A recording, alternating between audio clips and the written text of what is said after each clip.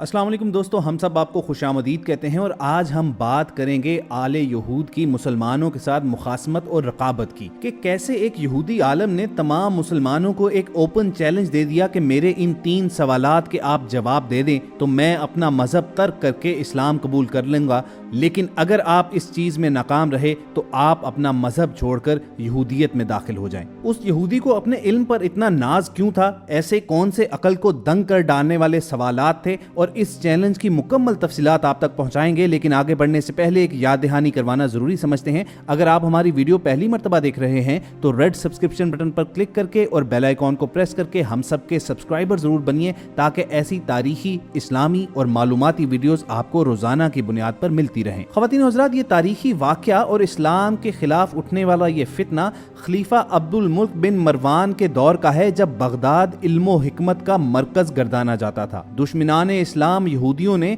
इस्लाम को नजरियाती तौर पर कमजोर करने के लिए बज़ाहिर लाजवाब कर देने वाले 3 सवालात देकर एक ऐसे आदमी को इस्लामी दुनिया में भेजा जो आला तबके तक रसाई, बेहतरीन मुकर्रराना सलाहियतों और बारोब शख्सियत और आवाज़ का हामिल था। उसने पहले पहल बगदाद में आकर ऐसी बड़ी मसाजिद का इंतखाब किया जहां उसे ज़्यादा से ज़्यादा सामीन मिल सकते थे। फिर उनके सामने अपना पहला सवाल रखा कि खुदा से पहले ज़मीन पर क्या था, जिसका जवाब ना तो आम आदमी बल्कि आइम्मा मसाजिद जो बखूबी दीनी तालीम से आगाह होते थे वो भी ना दे सके। मुख्तलिफ मसाजिद में जाकर ये फितना फैलाने के बाद उसने मदारिस का रुख किया और हर किसी को लाजवाब करता गया और ये ऐलान करता गया कि अगर मुसलमान मेरे इन 3 सवालों के जवाब दे दें तो मैं यहूदियत तर्क करके इस्लाम कबूल कर लूँगा, वरना मुसलमान अपना दीन हक छोड़कर यहूदियत में दाखिल हो जाएं। वो यहूदी आलम करिया करिया गाँव गाँव जाकर अपने ये सवालात दोहराता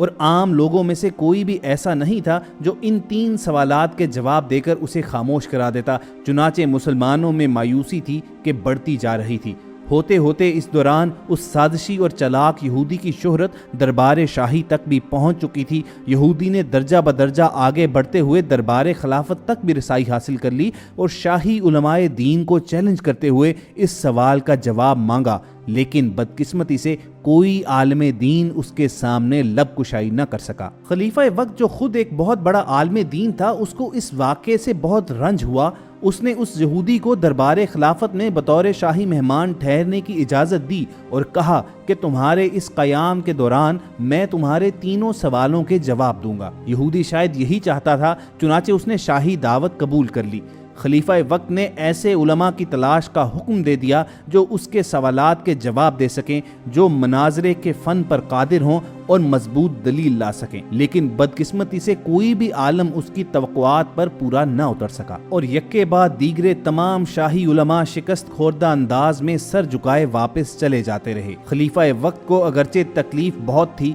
लेकिन वो मायूस न हुआ। बिलाखिर एक दिन एक उसके दोस्त वजीर ने उसे कहा कि जहां पना, अगर कूफे के एक नौजवान आलिम को तलब किया जाए तो यकीन कामिल है कि वो इस यहूदी को लाजवाब कर सकेगा। खलीफा इस आदमी की उम्र जानकर कदरे परेशान हुआ कि इस कदर जहांदीदा उलमा जिन सवालों के जवाब न दे सके उनका जवाब एक नौजवान कैसे दे सकेगा। लेकिन मरता क्या न करता, नीम दिली से उसने कहा कि ठीक है, इसे भी आजमा लेते हैं। शाही अहलकारों को कूफा रवाना कर दिया गया, जिन्होंने हजरत नुमान बिन साबित, जो कि बाद में इमाम अबू हनीफा के नाम से मशहूर हुए, उनके दरवाजे पर जाकर दस्तक दी और अपना आने का मकसद बयान किया। इमाम अबू हनीफा ने अपनी वालिदा मोहतरमा और अपने मोहतरम उस्ताद इमाम हम्माद रहमतुल्लाह अलैह से इजाज़त लेकर दरबार शाही जाने का फैसला किया और वहां पहुंचकर वो मार्का जिसने इस्लामी दुनिया और ख़ास तौर पर खलीफा वक्त की नींदें उड़ा रखी थी, उसको सर करने के लिए अगले दिन दरबार सजाया गया। दोस्तों, काश हम और आप वो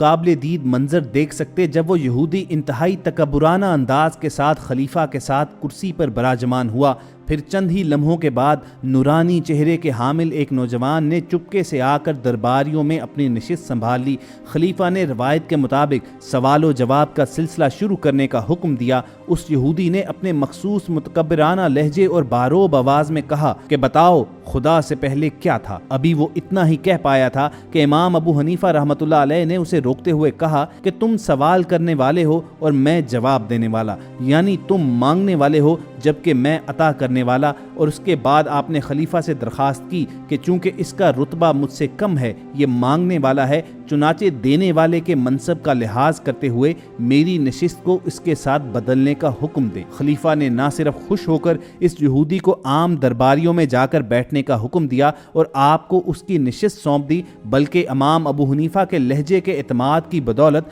خلیفہ وقت کی امیدیں بھی بر آنے لگیں۔ سوال و جواب کا سلسلہ پھر سے شروع ہوا اور اس یہودی عالم نے دوبارہ باروب آواز میں پوچھا کہ مجھے بتایا جائے کہ خدا سے پہلے کیا تھا۔ امام ابو حنیفہ نے انتہائی اطمینان سے فرمایا کہ اعداد کا شمار کرو، جس پر اس نے گنتی گننا شروع کر دی۔ آپ نے ٹوکا اور فرمایا کہ صحیح شمار کرو۔ اس نے دوبارہ گنتی شروع کر دی، لیکن پھر درستی کا حکم دیا، جس پر اس نے اکتا کر کہا کہ اور کس طرح شمار کروں؟ آپ رحمت اللہ علیہ نے فرمایا 1 سے پہلے شمار کرو۔ اس نے کہا 1 سے پہلے تو کچھ بھی نہیں ہوتا، تو آپ نے ہنس کر کہا 1 سے پہلے پوچھنے والا بے معنی سوال کیوں کرتے ہو؟ یعنی جب تمہیں خود معلوم نہیں ہے کہ علم ریاضی کے ایک ہندسے سے پہلے کیا تھا، تو تم یہ سوال کیسے کر سکتے ہو کہ وہ خدائے واحد جو کائناتوں کا خالق اور مالک ہے، اس سے پہلے کون موجود تھا؟ امام ابو حنیفہ کی حاضر جوابی دیکھ کر خلیفہ وقت اور اس کے درباریوں کی خوشی دیدنی تھی۔ خلیفہ نے فوری طور پر اس یہودی عالم کو دوسرا سوال کرنے کا حکم دیا۔ یہودی نے سوال پوچھا کہ خدا کا رخ یعنی خدا کا چہرہ کس طرف ہے؟ آپ نے چند گھڑی توقف فرمایا اور حکم کیا کہ شمع لائی جائے، جس کو جلانے کے بعد یہودی سے سوال کیا کہ مجھے اس روشنی کا رخ متعین کر کے دو، جس کے جواب میں اس نے کمزور لہجے میں کہا کہ یہ ممکن نہیں۔ آپ رحمت اللہ علیہ نے فرمایا کہ اللہ رب العزت بھی زمینوں آسمانوں کا ایک نور ہے، جس کے رخ کا تعین بھی ممکن نہیں ہے، اور تم مجھ سے جاننے بوجھنے کے باوجود بے معنی سوالات کر رہے ہو۔ مجھے تو حیرت ہے اس یہودی قوم پر جس نے تم جیسے ناسمجھ انسان کو ایک عالم کا درجہ دے کر مسلمانوں سے مناظرے کے لیے روانہ کیا ہے۔ یہ سن کر دربار میں ایک کہکہا بلند ہوا، اور اس موقع پر یہودی اندر سے ٹوٹ چکا تھا، چنانچہ اس نے بے دلی سے اپنے تیسرے سوال کو دہرایا کہ اچھا آپ مجھے بتائیں کہ خدا اس وقت کیا کر رہا ہے؟ امام ابو حنیفہ نے ہنس کر فرمایا کہ وہ ایک جہاں دیدہ دماغ کے حامل یہودی شخص کو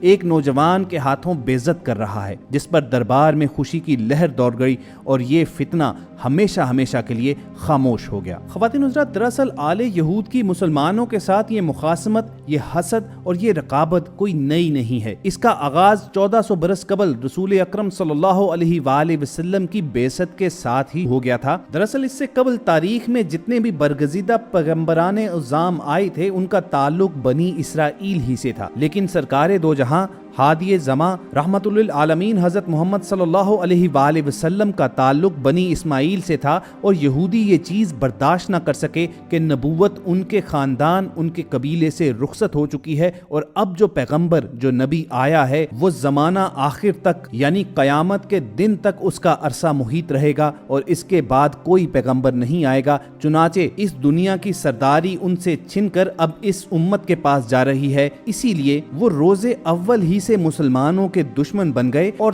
طرح طرح ہیلوں بہانوں سے کوئی نہ کوئی فتنہ ضرور کھڑا کرتے رہتے، جس سے اسلام کی بنیادیں ہلائی جا سکیں اور مسلمانوں کا اپنے رب اور اپنے رسول صلی اللہ علیہ وآلہ وسلم پر اعتقاد اور ایمان کمزور کیا جا سکے۔ آل یہود کے انہی فتنوں اور انہی سازشوں کی وجہ سے رسول اکرم صلی اللہ علیہ وآلہ وسلم نے پہلے مدینہ مبارکہ اور پھر اس کے بعد خیبر کے مقام پر انہیں نکالنے کے لیے جنگ کی، اور اپنی اس ہزیمت اور شکست کو یہ لوگ آج تک نہیں بلا سکے۔ چنانچہ آج بھی زمانہ موجود میں یہ لوگ کوئی ایسا موقع، کوئی ایسا ہیلا بہانہ ہاتھ سے نہیں جانے دیتے کہ جب یہ اسلام کے خلاف سازشیں کر سکیں۔ اور اب تو باقاعدہ ان کو اسرائیل کی صورت میں ایک گڑھ، ایک مرکز مل چکا ہے، جہاں یہ بیٹھ کر اس طرح کے نظریات تخلیق کر سکیں اور اس طرح کے فتنوں اور سازشوں کو ہوا دے سکیں، چاہے وہ عام معنی کے لحاظ سے دہشت گردی ہو، جس کا مظاہرہ ہمیں فلسطین کے عوام پر کیے جانے والے مظالم کی صورت میں نظر آتا ہے، یا پھر وہ پروپیگنڈا وار ہو کہ جس میں مسلمانوں کے مختلف مکاتب فکر میں موجود اختلافات کو ہوا دے کر